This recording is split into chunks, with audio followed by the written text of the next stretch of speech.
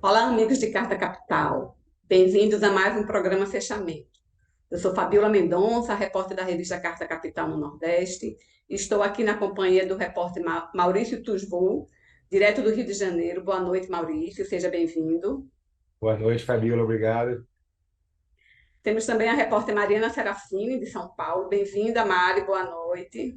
Oi, Fabiola. Oi, colegas. Boa noite. Boa noite a todo mundo que está nos assistindo. E ainda na bancada temos André Barrocal, repórter especial da Carta Capital, que fala diretamente do Centro do Poder em Brasília. Boa noite, Barrocal. Fabiola, boa noite, Mari, boa noite, Maurício, e também boa noite ao nosso convidado, que vai ser apresentado agora. Não é isso, Fabiola? Sim, sim. Como convidado, hoje a gente tem um nordestino, né? O cientista político Túlio Velho Barreto. Ele é pesquisador da Fundação Joaquim Nabuco, a Fundagem, e vai nos ajudar a entender melhor os temas que pautaram o debate público nesses últimos dias, como a alta da taxa de juros no Brasil e a operação da Polícia Federal contra uma quadrilha que planejava sequestrar e até matar algumas autoridades como o senador Sérgio Moro, ex-juiz da Lava Jato. Boa noite, Túlio, seja muito bem-vindo e obrigada por aceitar conversar com a gente. Boa noite, Fabiola. É um prazer aqui conversar com vocês, trocar algumas ideias sobre essa conjuntura política, né, aqui com Mariana, com André, com Maurício. Joia. Bom, Túlio, eu queria começar te ouvindo sobre a taxa de juros, né? Ontem o Comitê de Política Monetária do Banco Central anunciou que irá manter a taxa Selic em 13,75% ao ano. Isso consolida a posição do Brasil como o país com a maior taxa de juros do mundo. Esse tema, inclusive, ele vem ganhando uma repercussão enorme até internacional, né? Vai desde a pressão do presidente Lula para reduzir essa taxa, até alguns especialistas, né, de âmbito internacional, que consideram essa taxa realmente abusiva, né? Tem setores também do mercado que criticam, né, quase 14% de juros, como o presidente da Fiesp, Josué Gomes, que classificou a taxa como pornográfica. Eu queria saber de você a quem interessa esses juros tão altos e até onde poderia ir essa queda de braço entre Roberto Campos Neto, presidente do Banco Central, e o presidente Lula. Veja bem, com a independência, né, do Banco Central, de certa forma, o governo termina ficando refém da política monetária imposta pelo banco, né? No caso do presidente Lula, ele não deixa de ser refém do Roberto Campos Neto, presidente do banco, e da política, né, de juros altos, mantendo os juros bastante altos. Se a gente pensa no comportamento da economia nesse momento, isso termina sendo um fator complicador, sobretudo para ter uma política econômica, mas que tem rebatimento na política social mais inclusiva do governo. E aí cria um monte de limitações e desgaste para o próprio governo, né? Então, eu vejo dessa forma, né? Como muitos setores, inclusive como você chamou a atenção, né? Agentes econômicos que têm contestado a alta do juro porque não favorecem a fazer moer, né, a economia do país. E essa coisa, e esse fato de ficar refém dessa política, com as limitações impostas pelos juros altíssimos. É importante a gente chamar a atenção que o Banco Central até aponta na perspectiva de elevação da taxa de juros a curto, médio prazo, né? Não só descarta a possibilidade de recuar em relação à taxa, mas até de avançar com aumento segundo a própria nota do Banco Central. Olha, a gente tem a sensação, né, nesses primeiros 80 e poucos dias de governo, que o governo Lula, o presidente Lula, ele quer retomar, né, um caminho que foi trilhado pelos governos anteriores dele, mas está com alguma dificuldade, né? Algumas Uhum. coisas estão Você citou o exemplo aí que é o principal do momento, a questão da taxa de juros e a postura do Copom, do presidente do Banco Central, mas nós temos também a questão da fome, né? A gente lembra que o Lula foi às lágrimas, né, quando falou da questão da fome, que ele lembrou das pessoas pedindo comida no sinal, prometeu que vai tirar o brasileiro da fila do osso, chorou quando falou isso no parlatório lá, né, lá em Brasília, no dia de sua posse. A nossa matéria de capa, na próxima edição de Carta Capital, trata desse assunto. Mas eu queria te perguntar, Túlio, várias pessoas que eu falei para fazer essa matéria falaram que, embora programas como o Programa de Aquisição de Alimentos, foi lançado em Recife ontem, e outros, a própria volta no CONSEA, do Conselho de Segurança Alimentar e Nutricional, o Programa de Alimentação Escolar, né, das merendas, tudo isso aponta para um bom caminho, mas não seria suficiente se esse caminho não for acompanhado de outras coisas que haviam há 20 anos atrás, que foi o fortalecimento do salário mínimo, aumento do emprego, essa coisa toda. Aí eu te pergunto, você acha que lançando agora essas políticas de combate à fome, o Lula consegue deslanchar uma agenda positiva? Você acha que ele permanece refém de todo esse arranjo aí que junta Banco Central, Congresso, Quarto Lira, enfim, em suma, eu quero te perguntar, o Lula você considera que está impedido de deslanchar suas políticas, esse quadro tende a permanecer? Então, Maurício, eu acho que a conjuntura hoje é muito mais desfavorável do que no primeiro mandato do presidente Lula, né? Em função de todo o contexto, né, político que existia naquela ocasião, que permitia a ele se utilizar de um capital político, um capital eleitoral, mas um capital político que ele tinha conseguido acumular. Então, mesmo reproduzindo hoje vários dos programas que ele tinha já utilizado no primeiro governo, né? Esses que você fez referência e que estão destinados a população mais vulnerável do ponto de vista social e econômico. Então, ele tem uma conjuntura muito mais desfavorável, né? Esse momento do presidente Lula tentando trazer para ele uma agenda propositiva e uma agenda positiva para o enfrentamento que ele vai ter, já tem em relação ao Congresso, mas que ele vai ter permanentemente em função da composição tanto da Câmara como a composição do Senado. E essa quebra de braço com o Banco Central, porque a gente sabe, né, a taxa de juros termina impactando, né, no orçamento do país, na disponibilidade de recursos para você canalizar para programas sociais. Então, o que está por trás é a manutenção de uma política, do ponto de vista econômico, liberal, né? Isso que representa, versus uma política que é uma política mais inclusiva, né? Como eu falei, do ponto de vista social, se diferencia. Além de herdar o Estado da forma como ele herdou, né? Vamos dizer, desmontado. Agora se trata de remontar, né, aquele Estado, aquele aparelho de Estado que favorecia, né, as políticas públicas. Então, é meio terra arrasada, né? Um contexto de terra arrasada. Então, tudo isso, e a eleição, que foi uma eleição muito disputada, né? Não que não tenha sido as outras eleições que ele ganhou, mas o capital político, penso que nesse momento é menor do que aquele, né? Porque ali tinha um sentimento da mudança do governo Fernando Henrique Cardoso para uma outra perspectiva, e agora foi um momento de confrontação de modelos de Estado bastante diferente, ainda que, enfim, a gente sabe, né, as limitações que o presidente Lula tem em função da composição que foi para o enfrentamento ao fascismo, à extrema-direita, né, nas últimas eleições. Antes de passar para a Mariana, eu queria ler alguns comentários aqui que tem tudo a ver com a pergunta de Maurício e com essa sua fala, Túlio.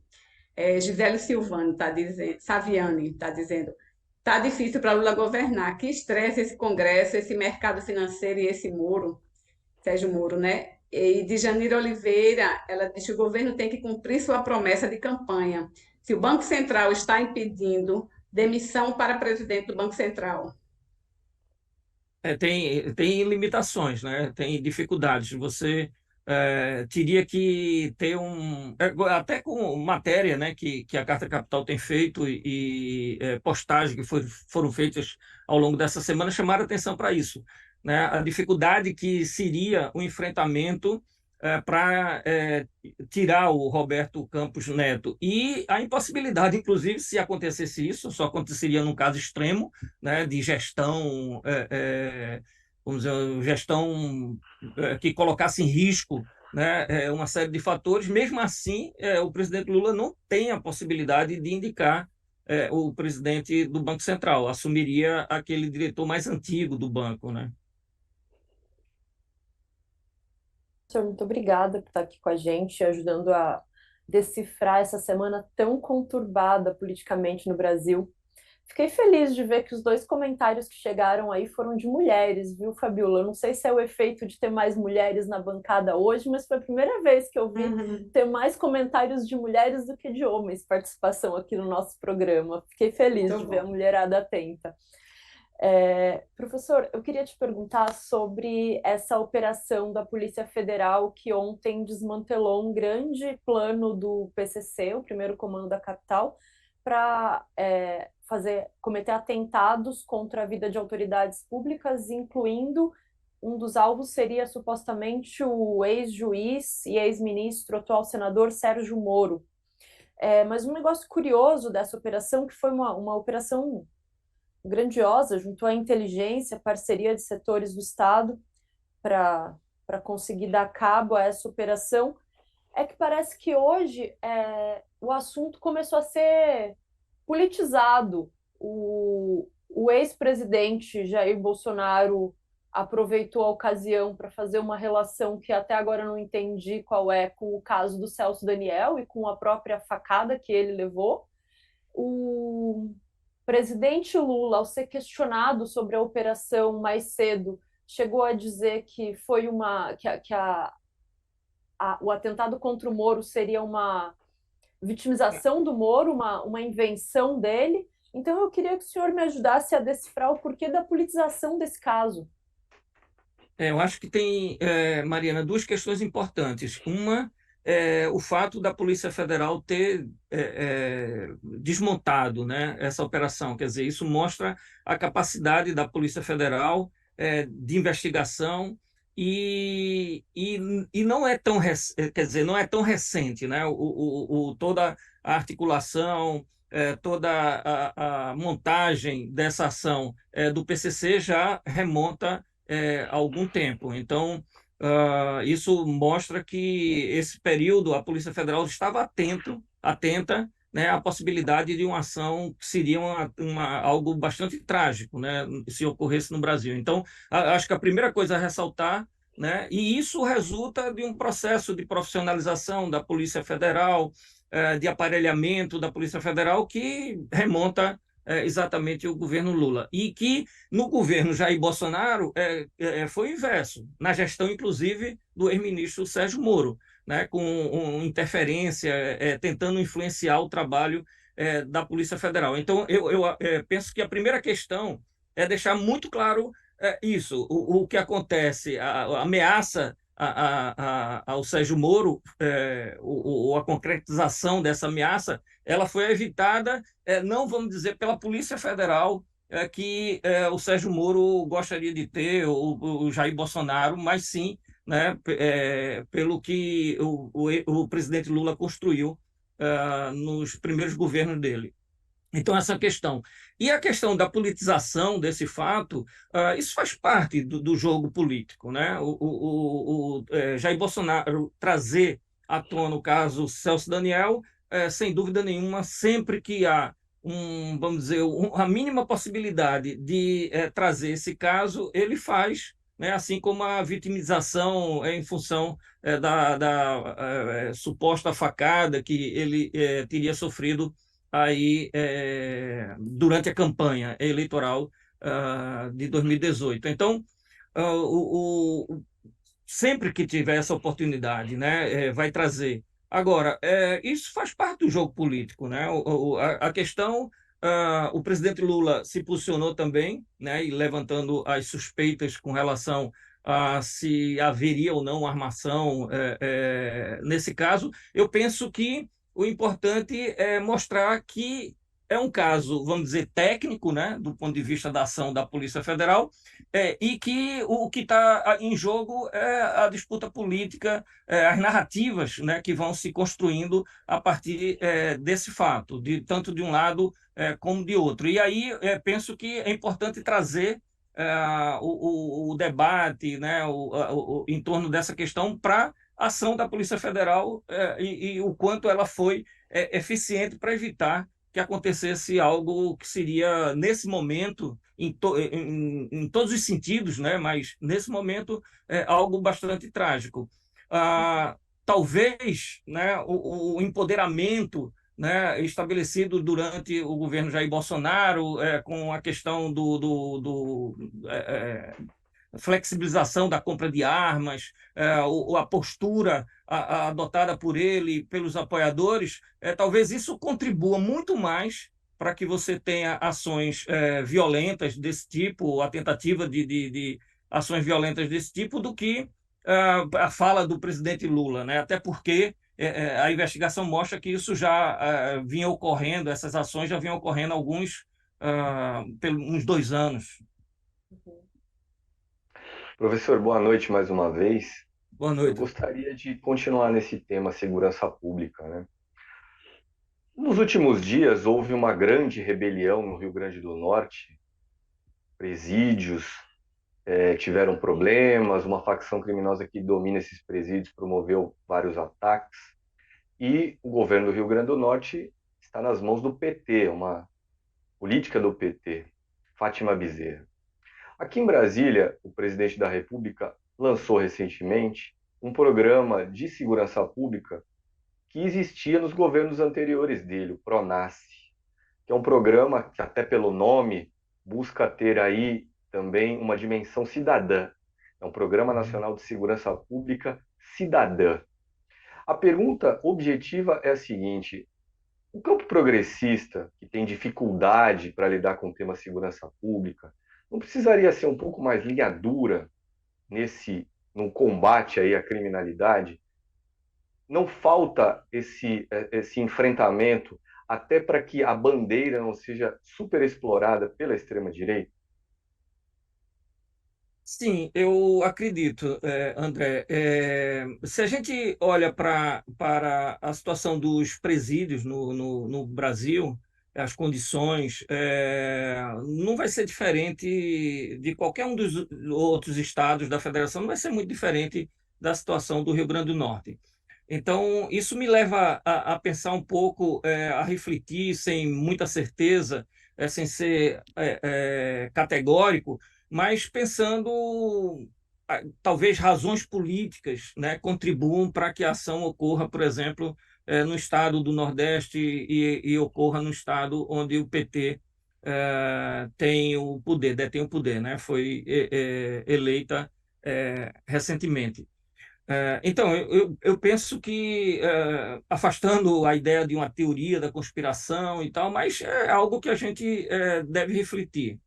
A questão é como a esquerda tem um entendimento das razões que levam as pessoas, ou das razões que levam as pessoas à criminalidade, termina, vamos dizer, criando determinados freios, né, freando um pouco uma ação mais efetiva no combate a esse tipo de criminalidade, ou a criminalidade de um modo geral, sobretudo aquela que implica em atos como esse do Rio Grande do Norte, ou o perfil daqueles criminosos que agem dessa forma. Então, eu acho que tem essa questão, uma dificuldade, né, em função é, da história toda relacionada à defesa dos direitos humanos, e uma compreensão das condições sociais, econômicas em que as pessoas vivem e que terminam levando a esse tipo de ação, embora isso não seja algo absoluto, mas se a gente for observar, a maioria das pessoas que praticam crimes e que vão para os presídios tem uma condição social, econômica mais desfavorável. Então, eu penso que a sua pergunta procede nesse sentido de compreender melhor, né, como a esquerda, de modo geral, se a gente coloca aí o PT nesse campo, né, centro-esquerda, tem a dificuldade de lidar, né, no combate a esse tipo de criminoso, né, esse tipo de ação criminosa. Eu penso que sim. Ótimo, muito interessante, Túlio. A gente agradece muito a sua presença aqui com a gente e espera poder te receber em outras oportunidades. Eu agradeço o convite, acho que é um papo importantíssimo, né? Os temas que a revista traz essa semana, sobretudo a capa, a questão da fome, né? E o lançamento do programa, relançamento do programa agora pelo presidente Lula é muito importante. Mas a gente não pode deixar de discutir esses temas mais pesados, né? Que pautaram a nossa conversa. Joia. Obrigada e Obrigada. até a próxima. Até a próxima. E para fechar essa primeira parte do nosso programa, eu vou ler aqui um comentário sobre essa questão dos juros, né, e passar para André Barrocal, que ele tem uma apuração interessante, né, sobre esse tema. Mas Luiz Fernandes, ele diz assim: fora Campos Neto. Rafael de Souza Pinheiro diz o seguinte: geração de emprego é uma das obrigações do Banco Central e promover o desenvolvimento social também, e isso não está sendo uma realidade. O banco está faltando e a diretoria deverá ser mudada. E aí eu passo para Barrocal para comentar, né, o que ele tem, o que ele apurou sobre esse tema. Bom, Fabiola, primeiro, só para situar bem para quem nos assiste, né, o Banco Central faz reuniões periódicas a cada um mês e meio, e ontem, para decidir a taxa básica de juros no Brasil, e ontem, numa dessas reuniões do chamado Comitê de Política Monetária, o Copom, a decisão foi manter em 13,75% o juro básico da economia brasileira. E o Copom, no seu comunicado divulgado após a decisão, é um comunicado breve, ele diz, entre outras coisas, que uma das razões para existirem pressões contra, ou melhor, pressões para que a inflação suba no Brasil, e é por causa da inflação que o BC mantém o juro alto, uma das causas para essas pressões inflacionárias é a política fiscal do governo. É a interpretação possível daquilo que o Banco Central escreveu no seu comunicado como arcabouço fiscal. Arcabouço fiscal é um outro nome aí para ajuste fiscal que vem sendo preparado dentro do governo Lula. Mas antes de falar especificamente das posições do governo, Fabio, acho que é interessante a gente chamar a atenção para o seguinte: não se trata apenas de uma decisão criticada pelo governo Lula. Veja só, na semana passada, antes ainda da decisão do Copom, uma empresária, a Maria Luísa Trajano, do Magazine Luiza, por ser empresária, naturalmente busca lucros, busca fazer mais negócios, disse que não tem razão para o juro no Brasil estar nesse tamanho de 13%, que saiu de 2% para 13%, sem que haja uma demanda grande a pressionar os preços. Ou seja, não é que o brasileiro está consumindo desesperadamente e falta produto no mercado, logo os preços sobem. Ela diz que não é isso que está acontecendo e, portanto, não dá para entender porque o Brasil tem um juro de 13%. Você mencionou no início do programa que o presidente da Fiesp, Josué Gomes da Silva, chamou de pornográfico o juro brasileiro. A Confederação Nacional da Indústria, após a decisão de ontem do Copom, divulgou um comunicado para dizer que foi uma decisão equivocada do Banco Central e que, inclusive, haveria motivo para começar a baixar o juro no Brasil. Na segunda-feira, um economista americano, ganhador do Prêmio Nobel de Economia há 22 anos, o Joseph Stiglitz, participou aqui no Brasil de um seminário promovido no Rio de Janeiro pelo BNDES e disse que o juro brasileiro é chocante, que essa taxa de 13% mataria qualquer outra economia, não só a brasileira. Então, eu destaco essas posições para deixar claro que não se trata de uma posição político-ideológica do governo Lula contra a decisão do Banco Central e contra o juro alto. Existem pessoas longe de poderem ser acusadas de esquerdistas ou comunistas que veem razão para criticar o juro brasileiro. Mas aí vamos chegar então à posição do governo brasileiro, e é um pouco sobre isso que eu tenho uma apuração e também queria destacar aqui para quem nos assiste. O Banco Central então manteve essa taxa alta de juro e mais, sinalizou com a possibilidade inclusive de vir a aumentar essa taxa de juros. E o que o governo Lula vai fazer a partir de agora? Disse ontem o chefe da Casa Civil, o ministro Rui Costa, durante um café da manhã com alguns jornalistas, e eu pude participar desse café da manhã, que se o Banco Central não mexesse no juro ou não sinalizasse algum alívio daqui para frente, o governo Lula continuaria a pancadaria contra o presidente da instituição, o Roberto Campos Neto. Então é isso que a gente vai provavelmente assistir daqui por diante. Uma manutenção desse estado de guerra do governo Lula contra o Banco Central, contra o presidente do Banco Central, por causa do juro alto. E o que move o governo Lula nessa cruzada contra o BC e o juro alto? Com esse juro alto, a economia brasileira não vai crescer nada esse ano. As previsões aí do tal do mercado apontam para um crescimento inferior a 1% nesse ano e de 1,5% no ano que vem. E se o Brasil crescer de 1 a 1,5%, não vai gerar emprego, não vai haver salário melhor, combater a fome vai ficar mais difícil, o que significa que quem elegeu Lula, na esperança de dias melhores, acabará frustrado. E aí eu volto para esse ponto de que o governo Lula manterá o estado de guerra contra o Banco Central. Sem poder mexer na direção do Banco Central, graças a essa lei da autonomia aprovada no governo Bolsonaro, resta ao presidente da República manter, no mínimo, essa posição de que tenta fazer algo, mas é impedido de fazê-lo exatamente por estar amarrado. Eu diria que foi algo parecido com o que aconteceu em certos momentos no governo Bolsonaro. O então presidente Bolsonaro queria fazer certas coisas para atender aí ao seu eleitorado extremista, não conseguia, porque a hora o Congresso não deixava, a hora o Supremo não deixava, e talvez o eleitorado de Bolsonaro, no mínimo, tenha ficado satisfeito de perceber que o presidente tentava fazer alguma coisa. Talvez aconteça isso com o Lula também. Ele, Lula, não consegue fazer, mas mostra para o eleitorado que tenta fazer e, quem sabe, receba o reconhecimento por isso.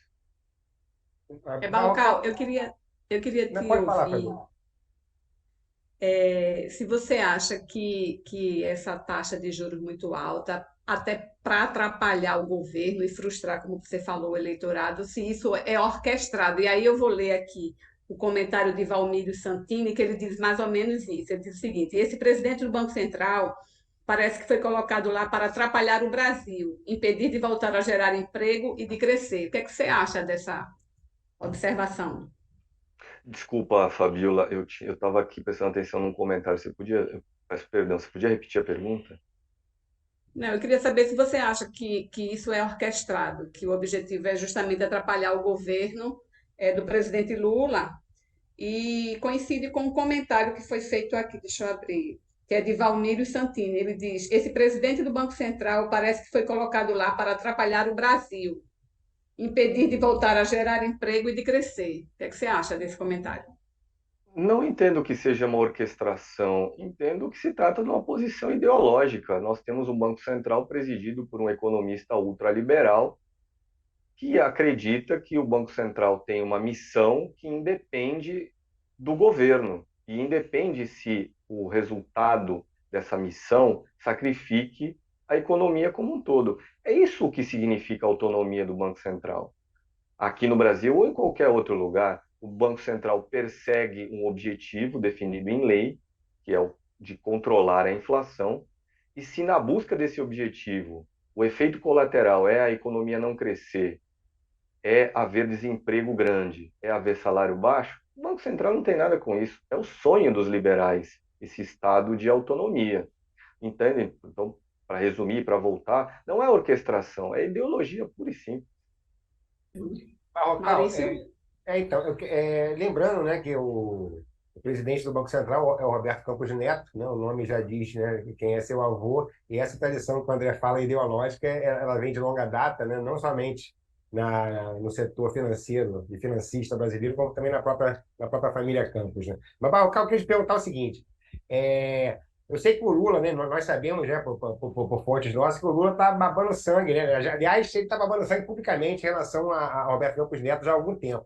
Mas outros setores do governo começam a se movimentar também, né? A solução, a resolução do problema parece que, de fato, vai ficar para a volta, né, da viagem à China. Mas o ministro Haddad, por exemplo, falou que vai levar as preocupações do governo ao conhecimento do Campos Neto, né? Para bom entendedor, ele sabe que vai ter essa queixa aí. O Rui Costa, ministro da Casa Civil, também começou, né? Ele falou claramente contra a postura do Copom, né? E foi uma demonstração de força, né? Que os 8, o Barrocal me corrige se eu estiver errado, mas acho que a ata votada foi unânime, os 8 diretores votaram dessa vez, Foi uma inclusive decisão unânime, correto?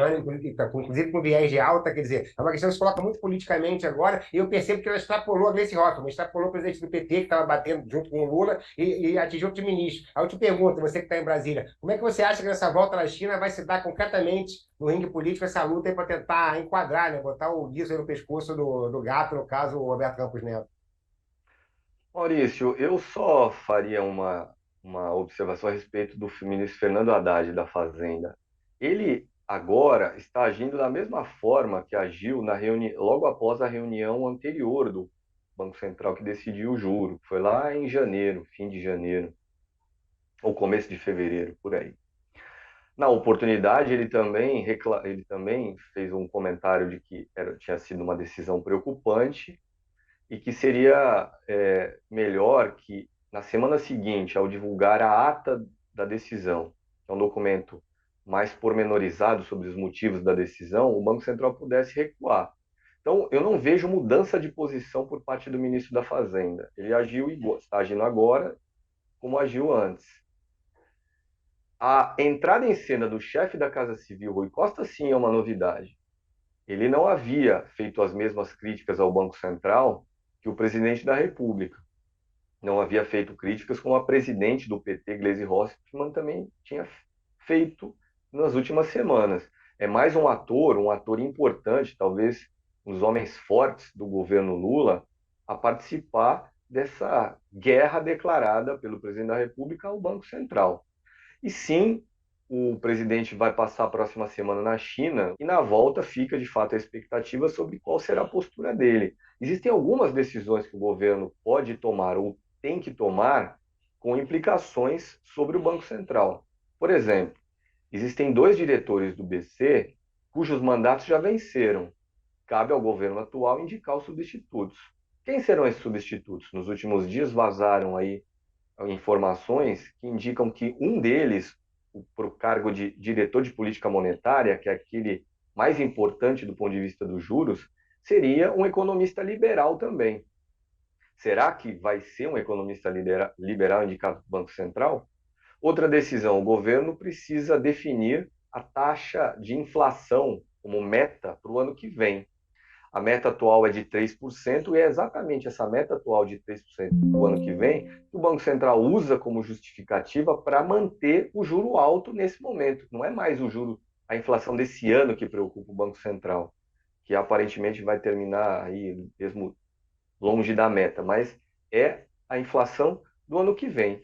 E, por fim, além de direção do Banco Central, além de meta de inflação, nós temos que ver o governo concluir o seu programa de ajuste fiscal, e esse programa talvez possa ser menos duro, porque o governo, para fugir dessa camisa de força do Banco Central, vai precisar gastar mais. Do contrário, a economia não vai crescer. O problema é que, se gastar mais, o Banco Central vai dizer que tem que aumentar o juro, exatamente porque o gasto público pressiona a inflação também.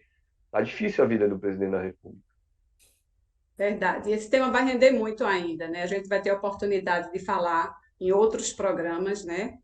Vamos dar sequência aqui na segunda parte do nosso programa para falar um pouco da edição desta semana, né, da Carta Capital. E aí vamos começar com Maurício, né, que é autor da reportagem de capa, que trata da questão da fome, um fantasma que voltou a rondar o Brasil há alguns anos, e é uma fixação do presidente Lula, que promete tirar o país do mapa da fome, né, como aconteceu em 2014. Antes de Maurício comentar sobre a reportagem, Vamos ver um pouco da fala de Lula, do relançamento do Programa de Aquisição de Alimentos que aconteceu ontem aqui no Recife. O que nós fizemos aqui hoje no estado de Pernambuco foi um ato de afronta àqueles que a vida inteira resolveram dizer que o povo pobre, que o povo trabalhador, que o povo que está desalentado não tem perspectiva de vida. Eu vim aqui dizer ao Brasil, através dos ouvidos abertos do povo de Pernambuco, nós voltamos a governar esse país para mudar a história desse país. Eu não vou desistir antes de cumprir a profecia de que esse povo tem que comer 3 vezes por dia. Esse povo tem que trabalhar. A gente não quer apenas comer 3 vezes por dia. A gente quer se vestir bem, a gente quer estudar bem, a gente quer ter carro, a gente quer ter geladeira, a gente quer viajar, a gente quer tudo aquilo que a gente é capaz de produzir. Se fomos nós que fizemos, nós temos o direito de ter. E por isso nós temos que brigar, porque ninguém vai dar de graça pra gente. Então, Maurício, conta pra gente aí um pouco sobre a tua matéria. Então, Fabiola, nossa matéria de capa essa semana tem tudo a ver, né? É super linkada com isso que o Leonel Barrocal acabou de falar, em relação à taxa de juros, a postura do Banco Central. Também tudo a ver com o que nós falamos na entrevista agora com o professor Túlio. Por quê? Porque o governo tenta aplicar, adotar, deslanchar uma agenda positiva. O Lula tem feito várias coisas aí essa semana, por exemplo, nos últimos dias lançou Mais Médicos, relançou o programa do submarino nuclear, né, uma coisa que, inclusive, né, vai ao encontro das Forças Armadas, né, uma agenda positiva importante que o governo tem que construir. E dentre todos esses itens dessa agenda positiva, o que mais fala o coração do Lula é a questão da fome, né? O governo do PT, sobretudo, os 8 anos do governo Lula foram muito marcados para a redução da insegurança alimentar do povo brasileiro. O Lula tem muito orgulho disso, quem conhece o Lula sabe disso, que é o principal orgulho dele. E ele falou que, ao assumir a presidência pela terceira vez, 20 anos depois da primeira vez, ele novamente se deparou com esse dragão aí, o dragão da fome. Ele chorou no dia da posse, né? Quando falou isso. E a matéria mostra um pouco isso. O lançamento foi feito ontem, aí em Recife, na cidade da Fabíola, do Programa de Aquisição de Alimentos, do PA, é um pontapé, não inicial, que já havia sido feito coisas antes, mas fundamental para deslanchar essa questão da aquisição de alimentos da agricultura familiar, que vão ser escoados para distribuir para programas sociais e também para chegar à mesa dos brasileiros a baixo custo. Mas isso não é suficiente, é isso que a matéria mostra. Não vou falar muito para deixar nosso leitor ter o prazer de ler. Eu falei com alguns especialistas que mostram que o quadro não é igual ao de 20 anos atrás, e uma série de questões econômicas hoje podem impedir que apenas a questão alimentar seja suficiente para alavancar essa agenda positiva, embora o governo continue apostando muito nela e ela seja, de fato, uma coisa muito importante. Com certeza. Esta semana foi lançado também um outro programa, né, que foi o Mais Médico, que promete contratar 15 mil novos médicos e conta com investimentos de mais de 700 milhões de reais. Quem conta os detalhes desse programa é Mariana, né, que assina a matéria da edição impressa de Carta Capital. Fabiola, sabe que no programa Fechamento, quando estou eu e o Barrocal e o Rodrigo apresentando, eles me lançaram o desafio de começar a trazer notícias boas para o programa. Porque chega no fim do programa, na hora de dar a dica, eu sempre quero contar alguma coisa boa. Esse país que está tão conturbado, tão terra arrasada, como disse o professor Túlio agora há pouco. Então eu fiquei feliz de escrever essa matéria, porque depois de tanto tempo falando de violência contra a mulher nas últimas semanas, eu trouxe uma notícia boa, que é o relançamento do programa Mais Médicos, que agora vai se chamar Mais Médicos para o Brasil.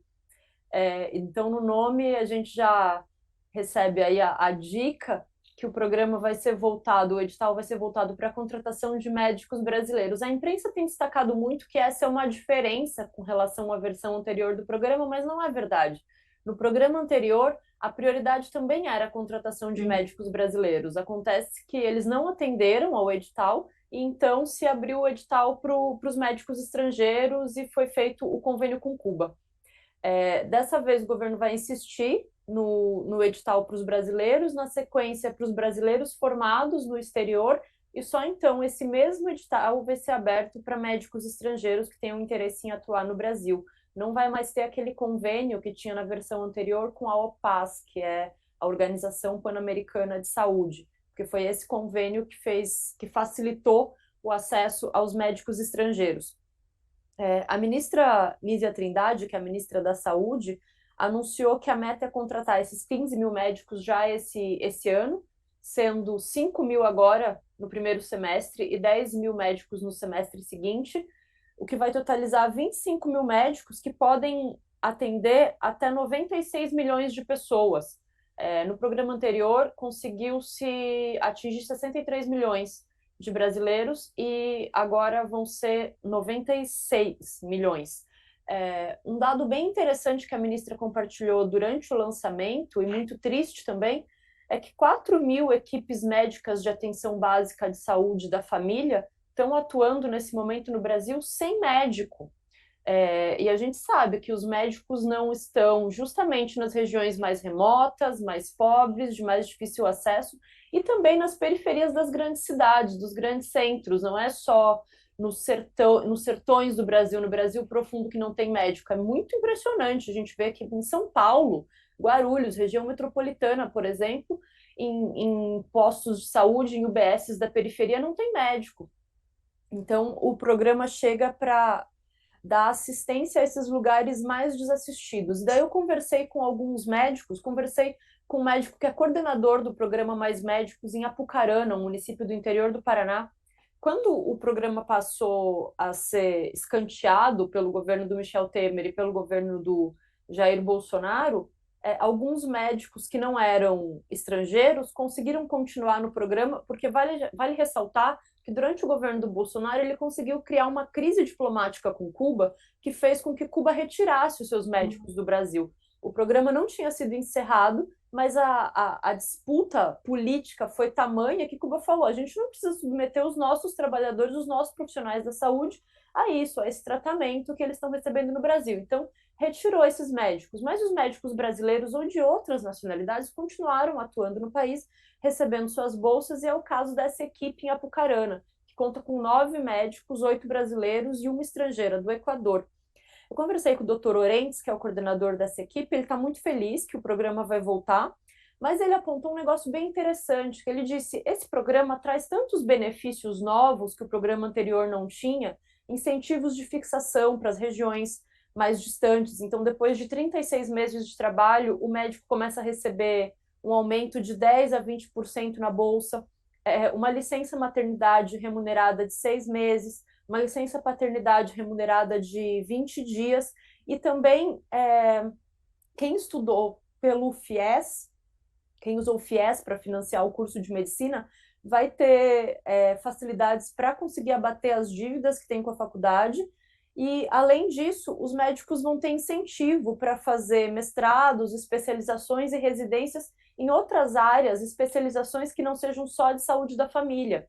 Para o médico, o Dr. Orentes, ele acredita que isso pode ser um embrião do tão sonhado plano de carreira, um plano de carreira do Estado, um plano de carreira para os médicos atuarem pelo SUS. Segundo ele, essa é uma reivindicação antiga da categoria médica no Brasil. O próprio Conselho Federal de Medicina reivindica isso, um plano de carreira para os médicos.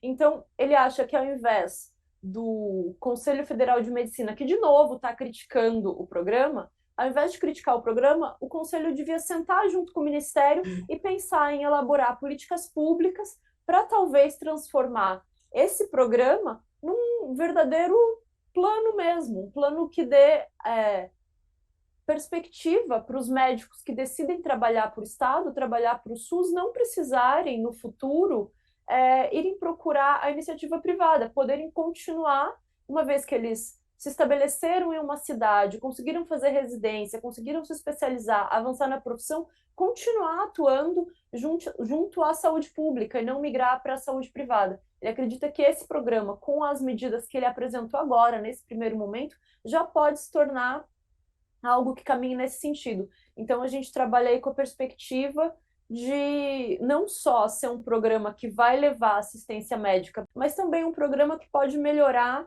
como disse a ministra no lançamento, a vida de quem cuida. Ela disse que esse programa tenta atender melhor os médicos para cuidar de quem cuida. E o Muito bom. presidente Lula, ao falar sobre o Mais Médicos, disse que a saúde brasileira não pode ficar refém do teto de gastos, nem dos juros altos, nem de uma política econômica que entende investimento em saúde e educação como gasto.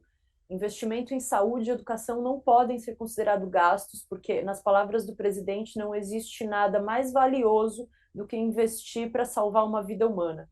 Então, a gente espera que o presidente consiga manter essa palavra e que consiga manter investimentos altos, tanto na área de saúde quanto na área de educação, porque a gente sabe que é isso que vai trazer novas perspectivas para a população brasileira. Então, acho que é bem interessante essa retomada do programa. Vale dar uma olhada na matéria que está na edição impressa e também no site já, cujo título é Saúde em Verde e Amarelo. Muito bom. E tudo a ver com o Agora, comentário aqui de Daniel Teixeira. Daniel Teixeira, ele diz o seguinte: eu duvido que os médicos almofadinhas brasileiros vão querer trabalhar em São Miguel da Cachoeira, no Acre, né? E lembrando que uma das falas do presidente Lula no relançamento, né, do Mais Médico é que ele não está interessado com a nacionalidade dos médicos, e sim dos pacientes. Então, o objetivo é cuidar, né, dos brasileiros. Bom, Fabíola, né? E outro.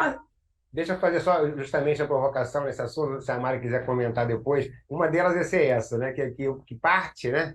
Não todos, não podemos generalizar de forma nenhuma, é claro, mas Sim. que parte dos médicos brasileiros, boa parte dos médicos brasileiros que sempre torceram o nariz para ir para os rincões mais distantes do país para tratar as pessoas, que mudem um pouco sua postura. Segunda provocação, o Conselho Federal de Medicina, né, já de triste memória no governo Bolsonaro, tem uma postura melhor, não detone tanto o programa dessa vez como fez da primeira vez, inclusive incitando essa postura calhorda, podemos dizer assim, contra os médicos cubanos que aqui vieram tentar ajudar. Aquela cena vexaminosa dos médicos de jaleco branco irem no aeroporto hostilizar os cubanos que estavam chegando, a gente não vai esquecer, né?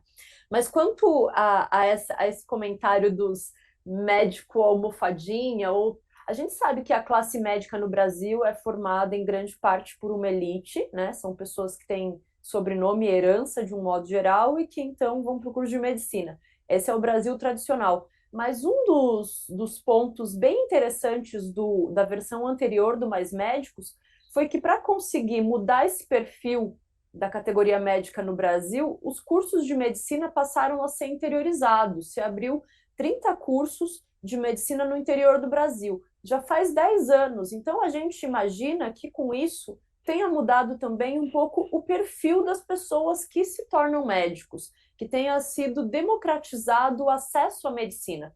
E se a gente conseguiu obter esse logro, muito provavelmente a gente vai ter profissionais de saúde comprometidos com o juramento que eles fazem, que é de salvar vidas, independente do lugar onde seja, né? Tomara. Bom, e um assunto que também está na ordem do dia é a viagem do presidente Lula à China, né? No dia 26 ele segue para a China, acompanhado de vários empresários. Quem explica os detalhes para a gente é André Barrocal, né? Que apurou tudo diretamente de Brasília. Conta aí, Barrocal, para a gente. Contar muito, mas sem contar tudo, né, Fabiola? Que é para o Sim, nosso leitor ter o interesse de procurar a revista e lê-la. Mas vamos lá. Então é isso. No final de semana, o presidente da República viaja para a China. Vai passar lá a semana que vem toda, praticamente, de segunda a sexta-feira. Será uma viagem que encerrará um ciclo de reatamento de relações diplomáticas históricas e importantes para o Brasil, relações dinamitadas no governo Bolsonaro. O Lula, em janeiro, foi à Argentina, o nosso vizinho aí, mais importante econômica e politicamente. E lá na Argentina, Lula recolocou o Brasil na CELAC, que é aquela comunidade dos estados latino-americanos e caribenhos. Bolsonaro tinha tirado o Brasil da CELAC. Em fevereiro, Lula foi para os Estados Unidos encontrar Joe Biden.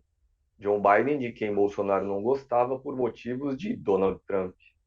E agora, Lula vai para a China, China que mereceu muitas críticas de Bolsonaro na eleição de 2018, mas em 2019, primeiro ano no poder, o capitão tentou desfazer o que tinha feito na eleição. Ele viajou para a China, depois recebeu o presidente chinês aqui também. Só que aí veio a pandemia em 2020 e o trumpismo e o bolsonarismo resolveram encarar a questão de um ponto de vista ideológico, cansaram de falar em vírus chinês. Mas então o presidente Lula estará no próximo dia 28 com o presidente chinês Xi Jinping. Xi Jinping, que no início de março agora foi eleito para um terceiro mandato. Isso é inédito na China. Ele será o líder chinês por mais tempo no poder, um total de 15 anos, desde o líder da Revolução Comunista de 1949, o Mao Tse-tung. Lula também participará no dia 29 de um seminário de empresários do Brasil e da China. Deve ser um seminário com número recorde de participantes, essa é uma informação do Ministério das Relações Exteriores. E veja só, a China é o principal parceiro comercial do Brasil desde 2009, finzinho do governo Lula anterior. No ano passado, só para se ter uma ideia, as exportações daqui para a China, elas foram maiores do que a soma das nossas vendas para os Estados Unidos e para a União Europeia. Então, a China é um colosso do ponto de vista comercial brasileiro. O Brasil, Lula levará também na sua comitiva a ex-presidente Dilma Rousseff, que vai assumir, provavelmente no dia 30 de março, a presidência do Banco dos BRICS, um banco que fica sediado lá em Xangai, a maior cidade chinesa. Os BRICS são aquele bloco formado por Brasil, China, Rússia, Índia e África do Sul. E para além das relações, então, Brasil e China propriamente bilaterais, há um assunto interessante que fará parte dessa viagem, Fabíola, e eu encerro por aqui, que é a guerra na Ucrânia. O Brasil se ofereceu para ser mediador de alguma forma de negociações de paz. A China colocou na mesa aí uma proposta de paz. O presidente chinês esteve nesta semana com o presidente russo. Os Estados Unidos, que estão por trás da Ucrânia, detestaram essa proposta de paz da China.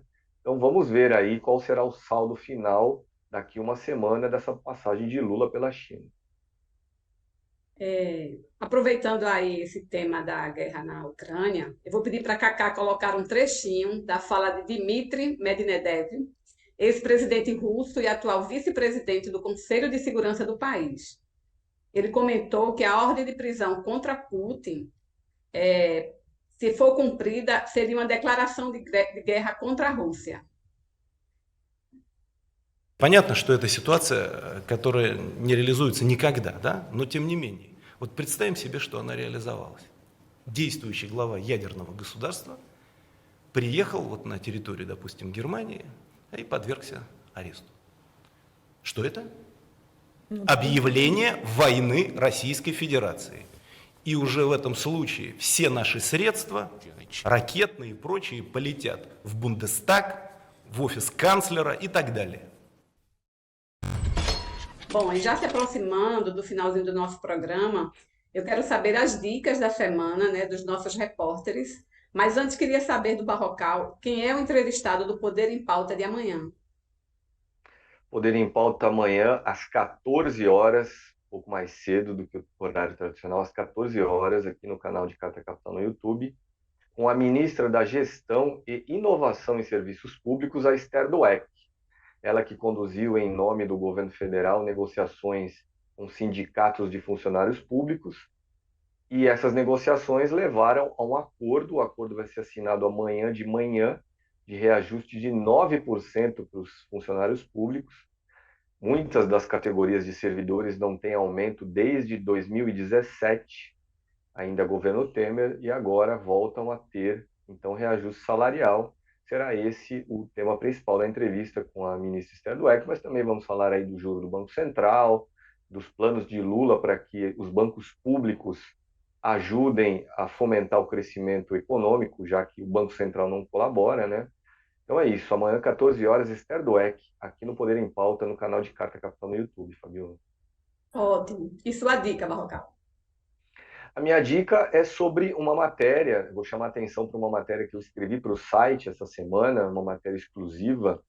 O Gabinete de Segurança Institucional, que é um órgão da Presidência da República, ele recebeu o sinal verde do presidente Lula para preparar uma política nacional de defesa cibernética. Veja só, depois de 10 anos, agora em 2023, faz 10 anos Dilma Rousseff, então presidente do Brasil, e a Petrobras foram espionadas pela NSA, a Agência Americana de Bisbilhotagem. 10 anos depois, o Brasil começa a preparar uma política nacional de defesa cibernética. E a consequência natural dessa política, também uma das informações que eu conto na minha reportagem, será a possível criação de uma Agência Nacional de Segurança Cibernética. A preparação dessa política de defesa cibernética está a cargo do ministro do GSI, que é um general, o general Marco Edson Gonçalves Dias, ele que agora, que tem o sinal verde de Lula, vai submeter a ideia a órgãos, outros ministérios do governo, e vamos ver então aí, em breve, provavelmente, uma política nacional de defesa cibernética e talvez uma agência para ajudar a proteger o Brasil aí dos hackers mundiais. Uhum. Hackers e Maurício? espiões também, né? Tá certo. Ótima dica. Maurício. Fabiola, a minha dica, não somente para a próxima semana, como para a seguinte também, é em relação a toda essa negociação que o Lula fará, já começando com essa viagem à China, para tentar, quando voltar, né, já estará próximo da marca de 100 dias de governo, poder fazer, ele vai falar, né, a nação, está programado que ele vai falar em cadeia de rádio e televisão, e ele espera que nesse 100º dia de governo ele possa, sobretudo, estar com esse nova política de ancoramento fiscal, de ajuste fiscal definida e também com várias políticas deslanchadas, né? E a minha dica, então, fica para que a partir dessa viagem para a China já muita conversa vai rolar, não somente no pé de ouvido entre ministros, entre empresários e com o próprio presidente, mas também publicamente, muito debate vai ser feito, e a minha dica é que todos nós acompanhamos para ver que o futuro do governo começa a ser desenhado nessa viagem para a China. Então, antes de passar para a Mariana, eu queria dar a minha dica, né? E a minha dica é reforçar, né, com o nosso público a acompanhar a edição de Carta Capital e falar um pouco de uma matéria que fiz, que é sobre o tráfico internacional de pessoas, né? Foi a partir de uma pesquisa da Universidade Federal de Minas Gerais, que traz alguns dados interessantes, né, sobre esse tipo de negócio lucrativo, que atinge sobretudo as mulheres, e a principal atividade é a exploração sexual das mulheres, né? Então, os detalhes eu conto na matéria, né? É um crime pouco explorado, pouco que se fala aqui no Brasil, e que tem um julgamento muito longo, né? Cerca de 11 anos, quase 11 anos, e isso faz com que os criminosos, os aliciadores, continuem impunes por muito tempo e continuam, inclusive, enquanto o julgamento está rolando, praticando crime impunemente, né?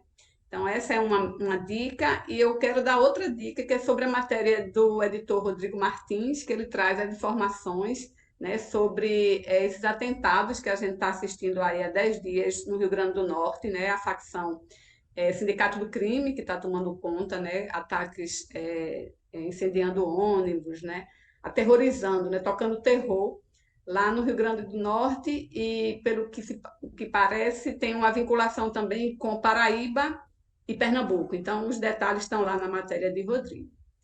Então, para finalizar, e a gente finalizar com Alto Astral, né, eu queria que Mariana falasse da dica dela da semana, que sempre é uma dica positiva. A gente tem que fechar o programa em Alto Astral.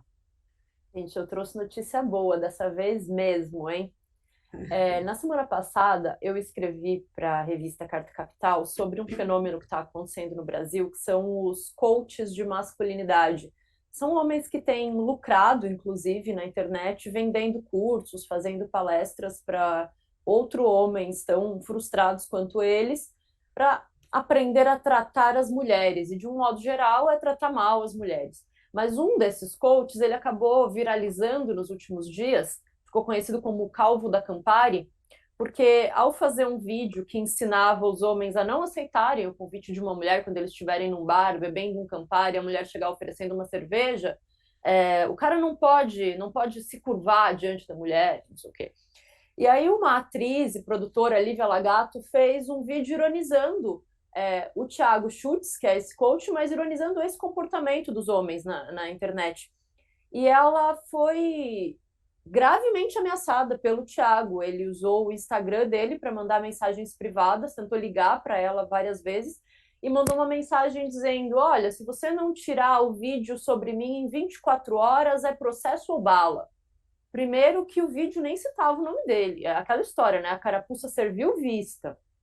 O vídeo não citava o nome dele, ele sentiu que era para ele e fez essa ameaça. E aí, então, a Lívia Lagato fez uma denúncia junto ao Ministério Público e ontem a Justiça de São Paulo acatou a denúncia do Ministério Público de São Paulo. Então, agora, o Thiago Schutz, o coach da Campari, é réu. Ele vai responder à Justiça por violência psicológica contra a atriz e produtora Lívia Lagato, e violência psicológica também contra a cantora Bruna Volpe, que ele também ameaçou. E vai responder também pelo crime de ameaça. Então, ele vai ser intimado a depor em breve, vai responder por hora em liberdade, porque existem medidas protetivas para as duas vítimas. Se esse caso avançar e ele for condenado, ele pode ser condenado de 6 meses a 2 anos e pode chegar a ser preso. Quando eu escrevi a matéria semana passada, eu entrei em contato com vários ministérios públicos em vários estados e eu percebi que uma dificuldade da justiça brasileira é tratar esse tipo de violência contra a mulher. Nos ministérios públicos existem os chamados núcleos de gênero, que são voltados para a violência doméstica. Mas esse tipo de violência que está surgindo através da internet contra as mulheres é uma coisa que a justiça ainda não está sabendo lidar. Inclusive, eu conversei com uma jurista e ela falou que a justiça está realmente atrasada, que a justiça já naturalmente é morosa nos seus processos e a internet tem um ritmo muito efêmero. Então, está sendo difícil da justiça acompanhar. Então, é realmente uma notícia boa saber que a justiça está conseguindo tratar esse caso específico, que foi uma violência que veio através da internet, e pode ser um avanço, né? Pode ser que, a partir desse caso do Calvo da Campari, a justiça passe a trabalhar de forma mais célere para proteger as mulheres que estão sendo alvo desse tipo de ataque online. Então, a minha dica da semana é para que as pessoas que não leram a matéria da semana passada leiam, mas que principalmente deem um Google aí, pesquisem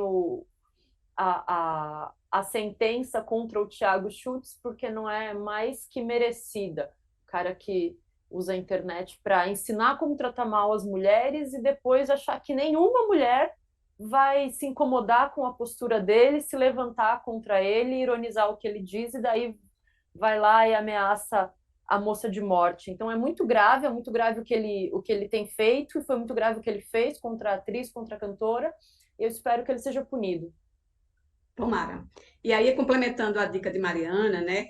A atriz Lívia Lagato foi entrevistada aqui no canal de Carta Capital, né? No programa Brasil no Divã. Então, convido todo mundo aí a assistir a entrevista, que é bem interessante, e ela trata exatamente desse ponto. Bom, e assim encerramos mais uma edição do programa Fechamento, né? Agradeço aos meus colegas de bancada, Maurício, Mariana, Barrocal, e agradeço principalmente ao público que nos assiste. Curte aí o programa, compartilha, faz assinatura do nosso canal, assinatura da revista é importante. Então, na próxima quinta-feira a gente está aqui de volta. Boa noite a todo mundo e até a próxima.